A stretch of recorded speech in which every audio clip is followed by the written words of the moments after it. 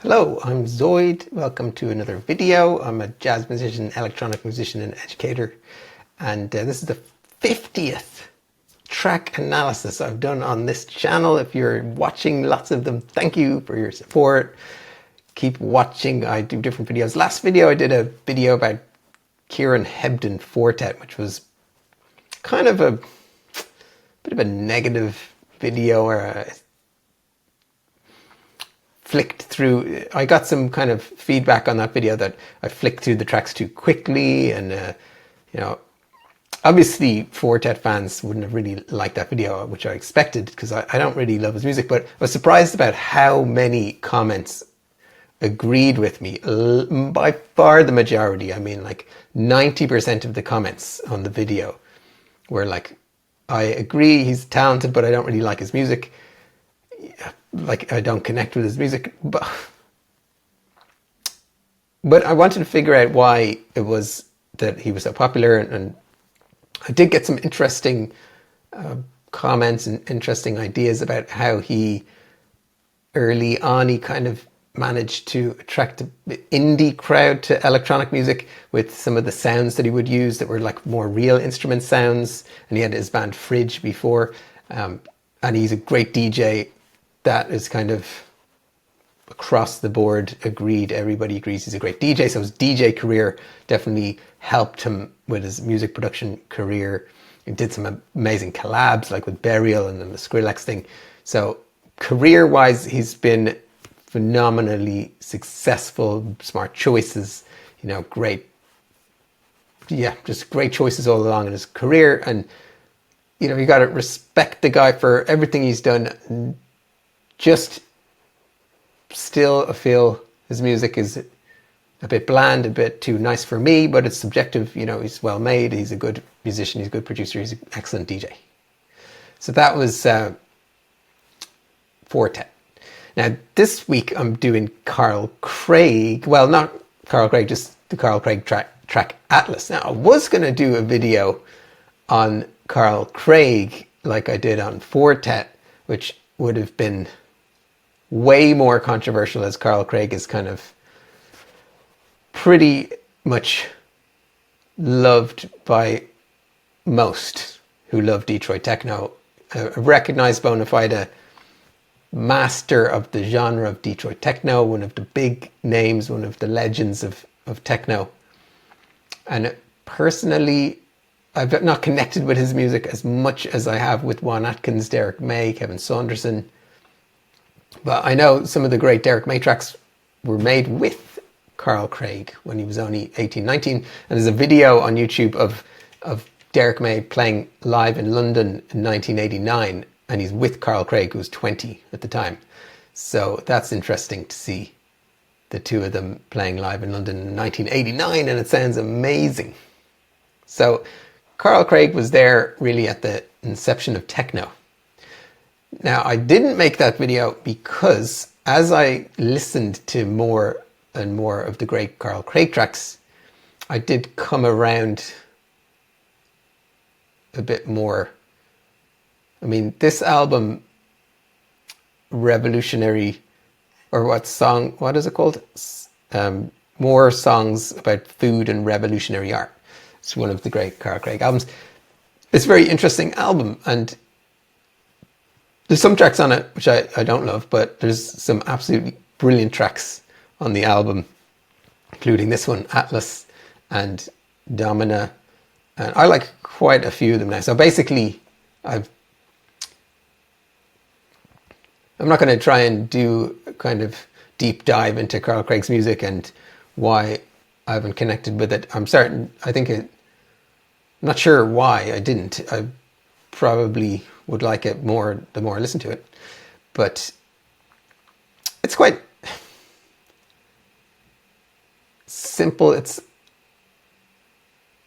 yeah, just simple chords, simple melodies, really well put together, really excellent production. And that's Carl Craig. I think maybe Carl Craig, as well as Derek May as well, maybe didn't like live up to the possibilities, whereas more Juan Atkins just kept on making more and more incredible music, and Drexciya, people like that. But I mean, Derek May famously only released a few records and then stopped releasing records and just DJ'd. So I don't know what happened there. But Carl Craig, his output, I mean, he, you know, pay-per-click people, and he released a whole lot of stuff. But how much of it is really that good since, you know, in the last 10, 15 years?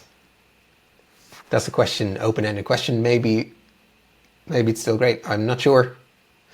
So if you have Carl Craig recommendations of more recent releases that he did, pop it in the comments. I'd be open to listening to those. Let's jump into Atlas. So the track starts off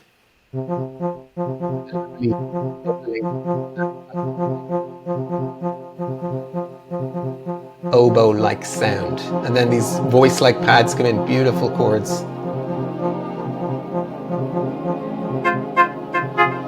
And then a breathy synth with delay, descending line.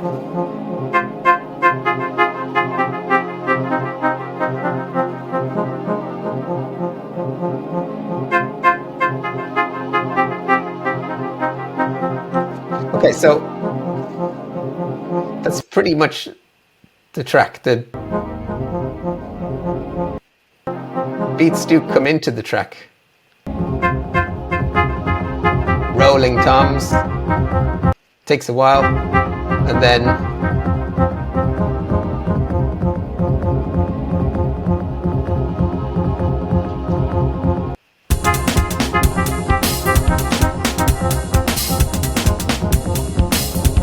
the beats come in, and yeah, it's brilliant. So we move over to, I've recreated the track. So not like perfectly sound design wise, but I got the notes. I was using an Oberheim sample instrument, voice-like pad.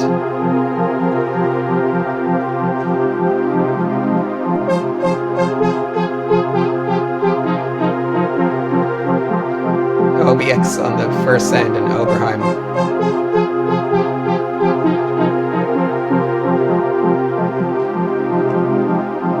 Okay, so basically I didn't nail the sounds, but I got the notes. So what are the notes? The first synth is playing C and F.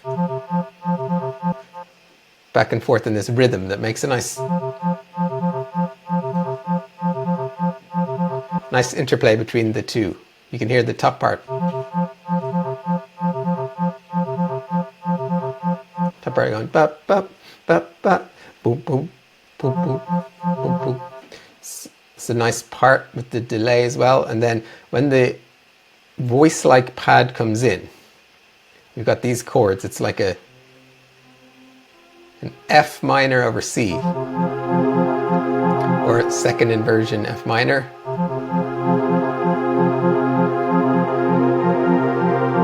And those notes, just an F minor chord first, and then going up with the 11th down to the 9th. And then the last chord was pretty tricky to get. But I heard these notes in it, so C, A flat, E flat, F. So what's that? Is it A flat? I think it's an A flat major 7.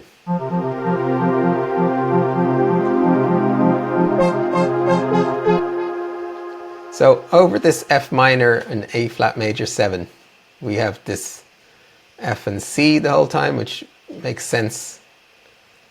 In the F minor chord, it's the root and the 5th, and then when it changes to A flat major, then it's the 3rd and the 6th. But the A flat major, it's not like that prominent. It's just at the end of the 4 bars. So then we have this line comes in.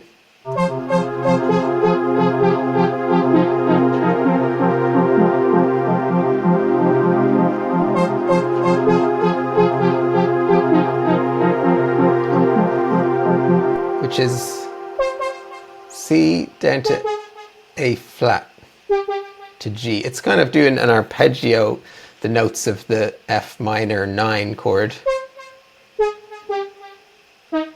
down to the 7th of the chord there, and then the 5th, another 3rd, then the root at the end. So it's really going down in first a 3rd, semitone 3rd, 3rd minor 3rd again, 3rd, 3rd.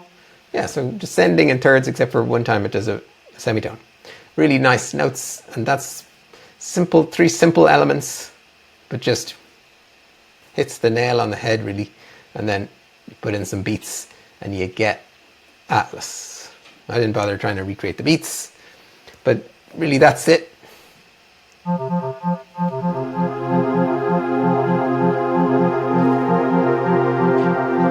Dreamy.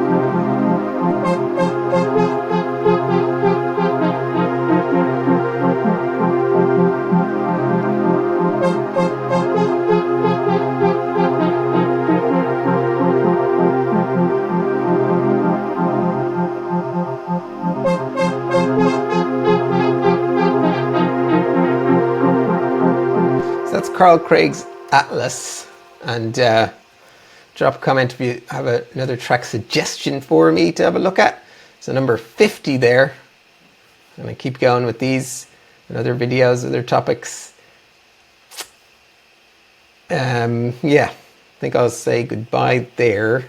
I'll just tell one story about Carl Craig. When I went to see him, it must have been the 1998 or 9, yeah, I think 1998, and I went to the Red Box in Dublin to see Carl Craig, and he's playing a live set, and it was actually a band. He was on keyboards, and there was a percussionist, and there was someone else. I think there was 3 musicians playing, and it was like a very live, as in instruments playing. Was it percussion and it might be a bass player and a percussionist and him on keys? So like that, I was wanting to hear techno, like I was, 18, kind of wanting to go out and hear techno. So I was kind of disappointed with the set. It was put on by Eamon Doyle D1, and it was like a big club, big night, huge, 900,000 person capacity. So doing it like a basically jazz set in that kind of situation is amazing to think back. That many people going, and it wasn't really dancey that much from what I can remember. But so yeah, I was kind of disappointed on the night. But later on, Eamon had recorded the set, and I remember hearing it later on and going, "Oh my god, it was amazing music." So yeah, big respect to him for doing that. So yeah, that's my Carl Craig story. And if you've got any Carl Craig stories, drop them in the comments. See you in the next video.